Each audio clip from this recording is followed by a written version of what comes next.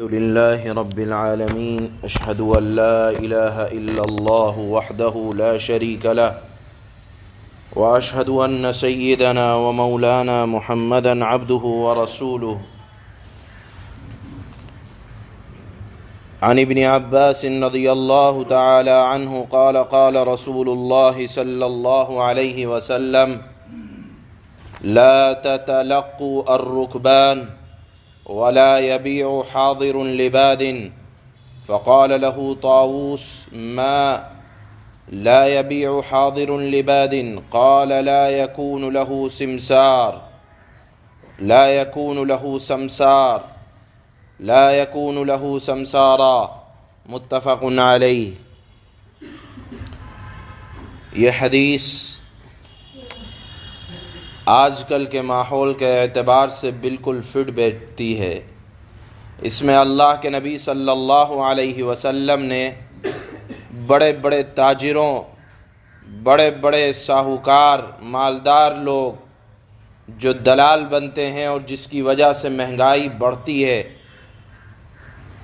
اس کی ایک بنیادی وجہ آپ نے بیان فرمائی اور فرمایا کہ دیکھو، جو دیہات سے شہروں میں لا کر اپنا مال کسان، غریب، مزدور بیچتے ہیں، ان کو شہر میں آنے سے پہلے ان سے ملاقات نہ کرو، ان کا مال خریدنے کی شہر میں آنے سے پہلے کوشش نہ کرو۔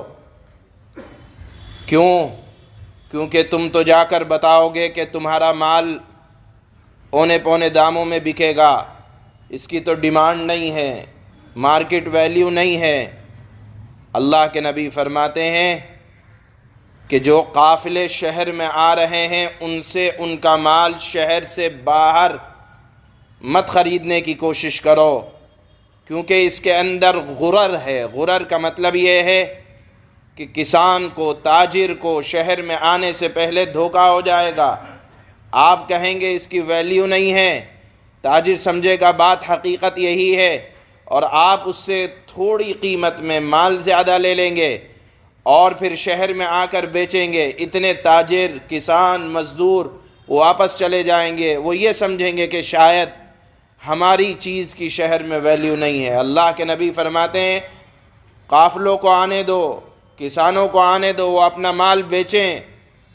اسی طرح شہریوں کا اس میں نقصان یہ ہے کہ یہ بڑے بڑے تاجر، کاروباری مال کو جمع کر لیں گے، ذخیرہ اندوزی کر لیں گے اور شارٹیج کر دیں گے مارکیٹ کے اندر، وہ چیز غائب ہو جائے گی، اور جب مال غائب ہو جائے گا تو اس کا بھاؤ بڑھے گا، جب بھاؤ بڑھے گا تو اس کی وجہ سے پھر یہ بیچیں گے۔ اللہ کے نبی صلی اللہ علیہ وسلم فرماتے ہیں کہ اس طرح کی تجارت نہ ہو، اس میں دو طرف سے نقصان ہے، کسانوں کا بھی نقصان ہے، تاجروں کا بھی نقصان ہے کہ ان کا مال تھوڑی قیمت میں لے لیا جائے گا، اور شہریوں کا بھی نقصان ہے کہ ان کو سستی چیز مہنگے داموں میں لینی پڑے گی۔ اسی کو کہا جاتا ہے بیچ میں دلال نہ بنو۔ اللہ کے نبی کی حدیث کا مطلب یہی ہے، راوی نے خود بتایا کہ بیچ میں دلال بن کر قیمتوں میں اضافہ نہیں کیا جائے گا۔ یہ تمام چیزیں شریعت میں حرام ہے کہ کاروباری کو بھی دھوکہ ہوگا، مال لانے والوں کو بھی دھوکہ ہوگا، اور شہر کے باشندوں کو بھی دھوکہ ہوگا کہ ان کو مہنگی چیز لینی پڑے گی جو کہ سستے داموں میں مل سکتی تھی۔